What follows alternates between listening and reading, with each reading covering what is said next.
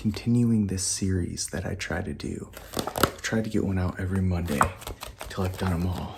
And there's 2 more after this. And this is Hurricane Dan.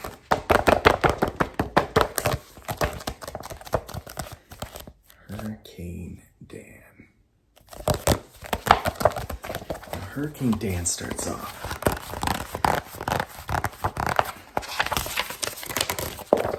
The main character losing his job, and he's in a suit and tie, but he's thrown out of his job and he decides to go to the bar, but he doesn't have any money. So he's at the bar, he starts waiting for people to leave their drinks unattended, and then he'll reach over and grab their drink, and then he'll walk around the bar with their drink and drink it. And he eventually gets caught, and he gets thrown out onto the street. And I'm trying to think how he ends up in the suite. So he kind of spends the night out in the street, and he's got nowhere to go, no money to stay anywhere, and he basically all he has is the clothes on his back, which happens to be a business suit. So he ends up kind of wandering until he kind of discovers this community of homeless people, and so he joins them, and while he's there he meets this guy Barnes, and Barnes kind of looks like Santa Claus. He's like a homeless Santa Claus. And so Barnes, his brain is kind of fried. He can't talk very well. And he kind of is just belligerently drunk all the time and just says flip-flop about a bunch. He's like, my flip-flop. Anyway. So while they're there, they see this guy.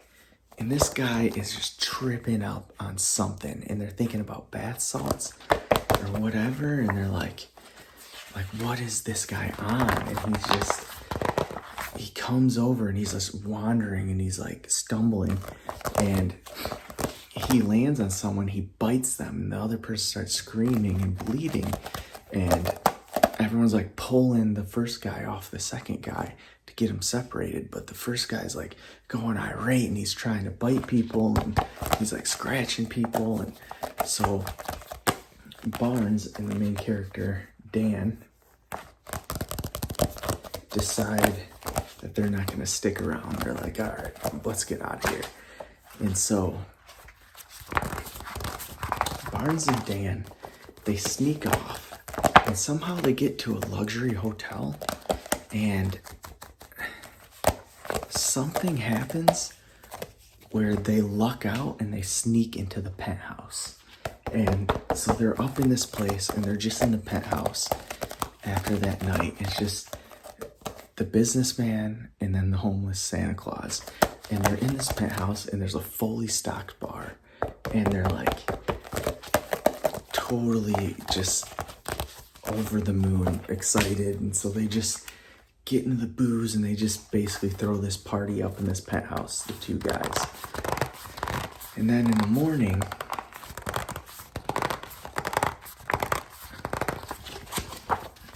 they're there, and they somehow, Dan discovers a briefcase, and when he opens it, he's like just shocked. The briefcase is filled with $100 bills, like to the brim packed, and he's counting it, and he's like, there's $1 million cash in this briefcase. And he's like, Barnes, we've got to get out of here with this briefcase. And so they head out of there, and they're like, we're gonna get caught. There's security cameras. They're in trouble, and so they're trying to get by in the lobby. And so I can't remember. Somehow they get out of there, and it's been a while. I have to read it again. So anyways, they end up out of the lobby, and they end up out in the street. But then they've been made, so people are looking for them.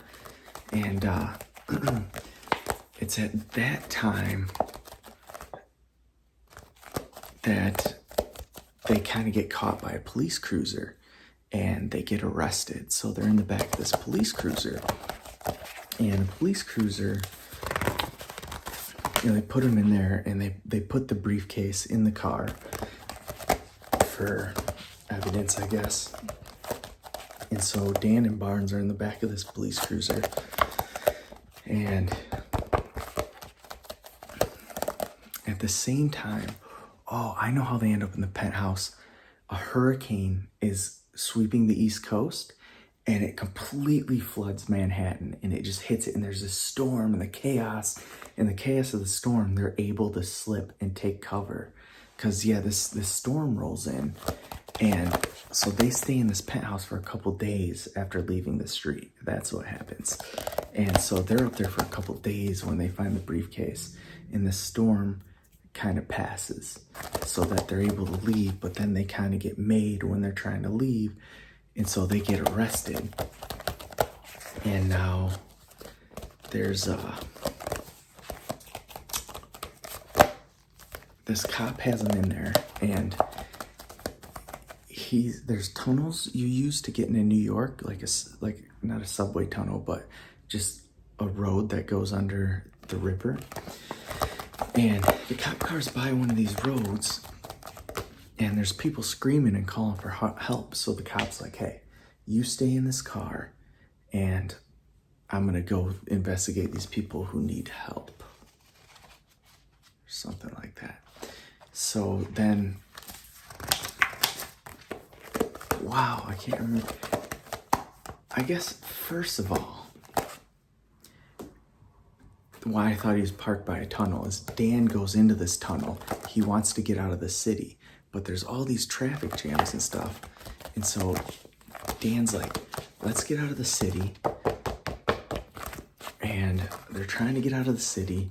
But as he gets down this tunnel to go under the river, and it's just gridlocked traffic, and he's trying to go down this trail, and all of a sudden the people start running back at him. And he sees that there's more people that are all tripping, like the homeless guy from the night before that bit the guy. There's a bunch of these people just coming at him, and they're the ones causing the traffic jam. And there's an accident up ahead that was presumably caused by them. And so there's people crawling towards him. He's looking in this tunnel, and so he runs out in the daylight, and that's when he gets made and caught by the cop. And so the cop drives him over the precinct, and then is kind of parked by the precinct. And so Barnes and Dan end up, after they go to the tunnel, and see more 10 of these people like this. And so meanwhile, the police scanner is going wild about all these attacks and stuff all over the city. And so the police cruiser parks the cruiser, and so Dan and Barnes are sitting there, and they're handcuffed. And meanwhile, as the cop is gone, one of these creatures comes up, a zombie. Now they've figured out, after all the attacks, they're it's zombies. So one of these zombies comes up to the cop cruiser and starts trying to break in to get to Dan and Barnes, who are handcuffed in the back. And it's kind of breaking through the window, it's breaking the window down, trying to get in. It's got, this kind of more strength. And so they're in here trying to get out.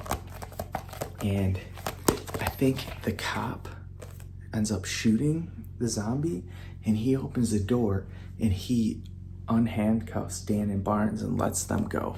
He's actually hey, I would take you in on any day, but today, people need me. I can't be arresting you too. You can't waste my time. I have to get to the bottom. There's people that need help everywhere. And so Dan and Barnes are emptied out into this street, and that might be the time they go into the tunnel. They might go to the tunnel after or before the cop car. I can't remember. It's been so long. I'm gonna have to reread this myself.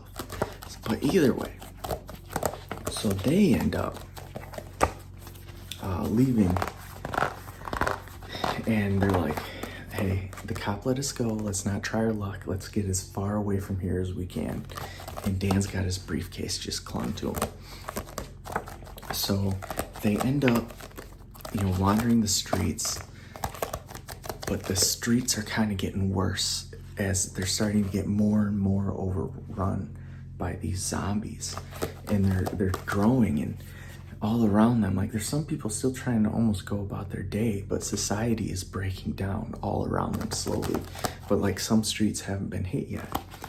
And so eventually a bunch of people decide to haul up in an apartment store, and Dan ends up with this group of a couple people, and there's a very attractive girl that Dan kind of crushes on, and they meet in this department store, and they're huddled there while, kind of the security guards and the police are like, stay in this store. We're gonna stand out front and make sure no one gets in here. But meanwhile, they get overrun, and then the front door in the store starts breaking. In the middle of the fight and the chaos, Dan's like, we need to get out of here. Like, these people defending the store are about to lose. And so he convinces the girl and a couple other people in Barnes to leave before they're like, the front door of the store is glass. So they leave, and they break into a bar. Like, after they run down these back alleys, they get out of there, they go as far as they can, and they end up crashing in, it's like a dive bar with no windows and no walls. It's completely bricked in, and it's been abandoned. So they stay in there, and they spend the night in there, and they eat chips off the counter. And I think Barnes drinks a bottle of booze and just passes out. And so in the morning, the streets are kind of eerily silent, but they can hear moaning, and they realize, like, there's these zombies out here they don't want to alert. And one of them knows someone who has a sword collection, and they're like, it's just like 3 streets over. My friend collects samurai swords, and like, maybe we could go see if he's there. The girl does. And so they're like, okay, we'll try to get to this guy's apartment. So they make a run for it. In the meantime, there's a plane crash that kind of explodes and blows up the street and makes all kinds of commotion, but they're just shocked, like, these things took down a plane. Like, is this all over the place, So they get to this apartment, and the guy there knows more. He has working TV, and he has a radio, and so he tells them that these breakouts have happened all over the world, and that, it's everywhere, but they're fighting to try and take it back. But Manhattan is the worst because of the dense population. And so it's kind of a last priority, the last place to be saved. But right now, everywhere's chaos. So they're like, you can't depend on anyone. So he also tells them that the New York Library is a safe zone, and that they've developed a quarantine. And so he says he's not leaving his apartment. He's happy with it. But if they want to go to the quarantine, that's a safe place they could go. And they have food and stuff, because he's like, I have this food as my food. Like, you guys can't stay here and use all my rations. He's like, but I will let you take a couple swords. So they take a couple samurai swords, and then they start making their way. They beeline it to try and get to the safe zone. And after they battle and use the sword a little to carve their way down the street and rush. I think they're about to get overwhelmed when the zombies around them start getting shot, and that's when they realize they've reached the outer barrier of the safe zone.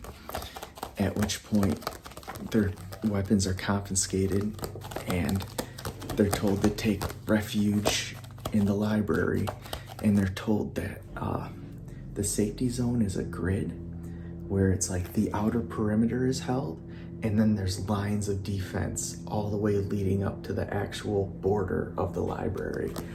And they're like, the idea is to hold for as long as they can at these outer streets, and then as they fall back to the next street, and then the area they're holding will get smaller and smaller, and just they want to hold as wide an area as they can.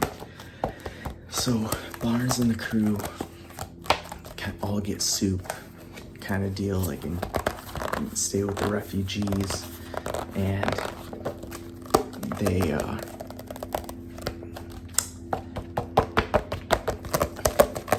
stay the night there. And in the morning, the outer barrier is falling, and they need reinforcements, and they want people to take another shift. So they basically arm Barnes and Dan and the group and assign them a street. They're like, you guys have to help hold this street. So they're like led to this area, and they spend the morning basically shooting at zombies as they try to come up. And as their ammunition gets low, and the zombie horde that's drawn by the shooting and everything is just growing and growing and growing. And so they lose that street, and they have to fall back again. And so now they're like 2 streets from the library, and they're getting pushed further and back. And meanwhile, they get a call that outside of Manhattan, the military's starting to get a hang on the zombies. They're starting to get control, and they actually see Jersey City get firebombed. And they're like, oh my gosh, they're gonna firebomb Manhattan. Like, we can't be here if they do that. And so they're like, panic. And they're like, okay, what do we do? Meanwhile, they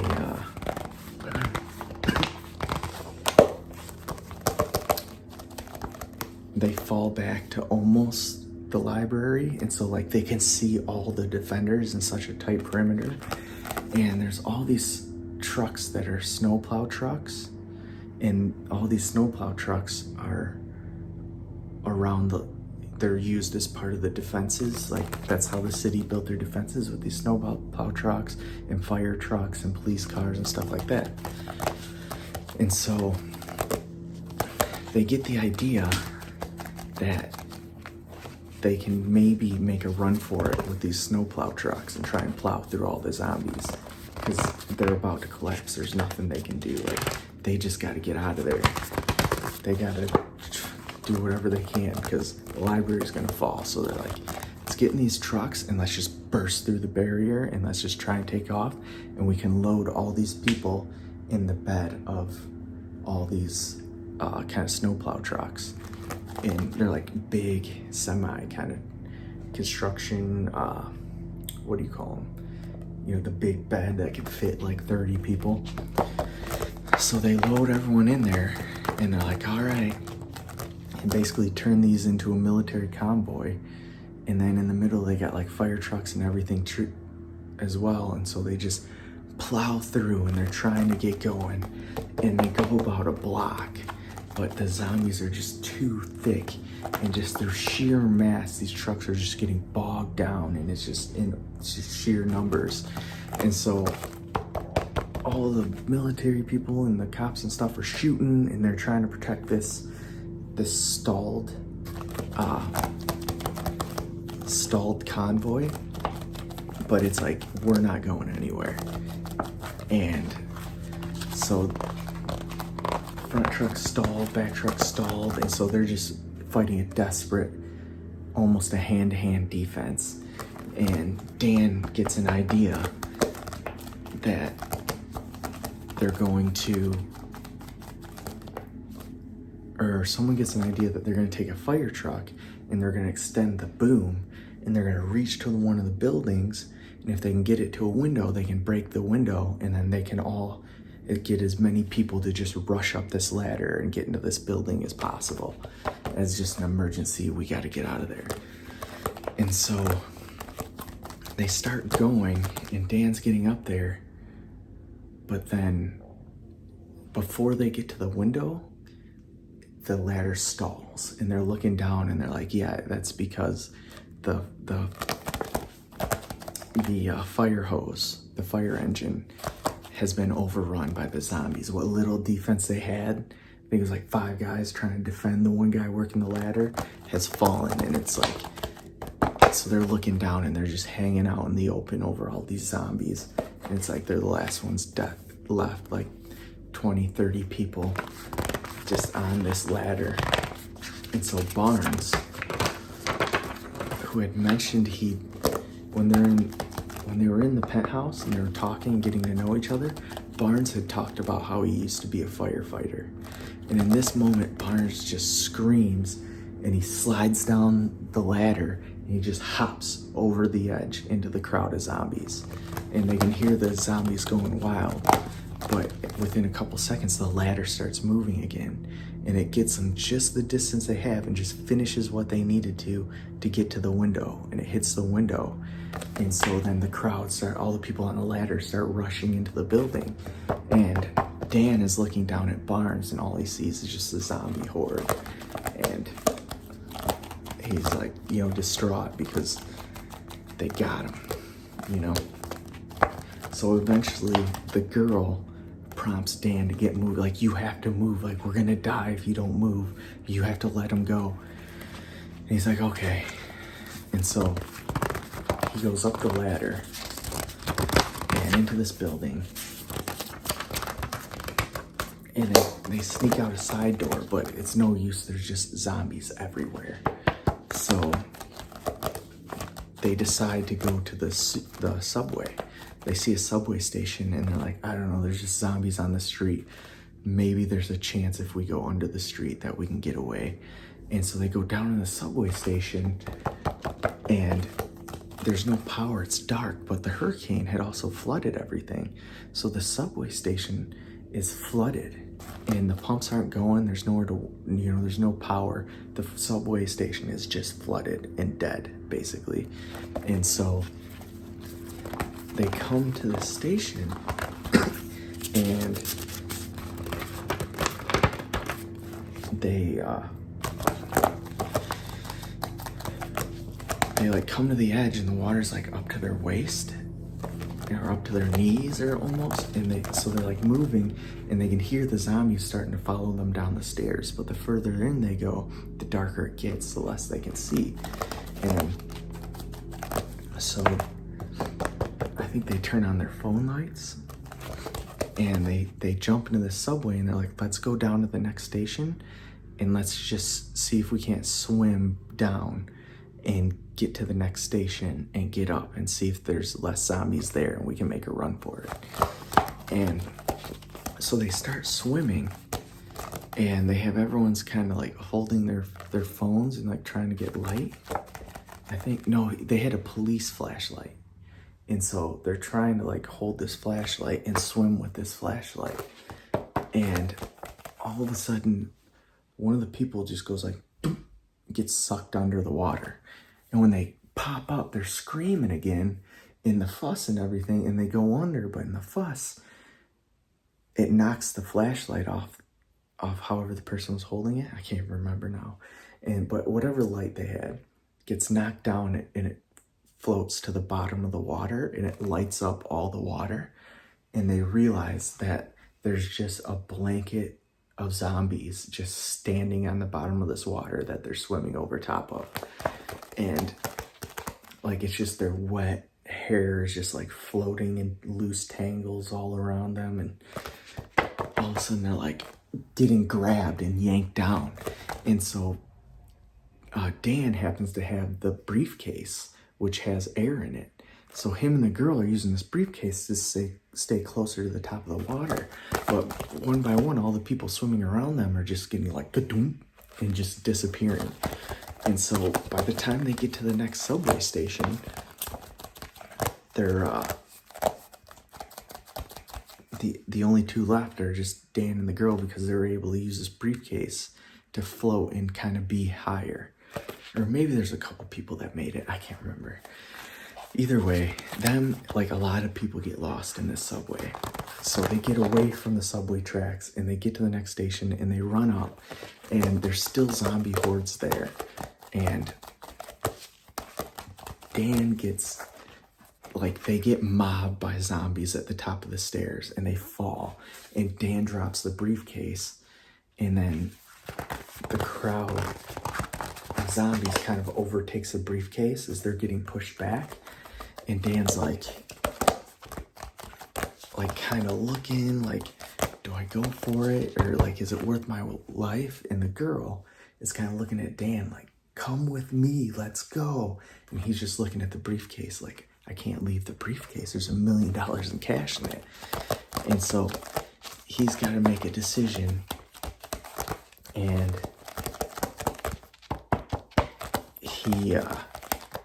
I think he decides to leave it. H decides like, I can't go into a crowd of zombies. So he runs, and they turn a corner and they run into an army tank, and it's a real army convoy that have made it to Manhattan finally. And they turn the corner and they just light up the street, and they just completely clear it. And then it's like, they take Dan and the girl, and it's kind of like the day is saved, you know? In the epilogue, Dan is with the girl, and it's like 9 months later, and they're on a vacation together in Hawaii. And on this vacation, they just kind of talk about how it was discovered that there was a pharmaceutical company that was developing a new drug, and they got to watch live on TV this compound getting raided that created the bioweapon that created the zombies, as they kind of sip pina coladas and flick the people off at the TV kind of deal. And then at the very end, it mentions how after the zombie had come, they went back for the briefcase, and how they weren't on vacation in Hawaii. They were kind of like living in Hawaii. Like they wanted to get as far from the mainland, as far as like a possible outbreak as possible. So they just bought a house in Hawaii, and now they're just living in paradise together. And that's kind of how the book ended. That was Hurricane Dan, or at least from what I can remember.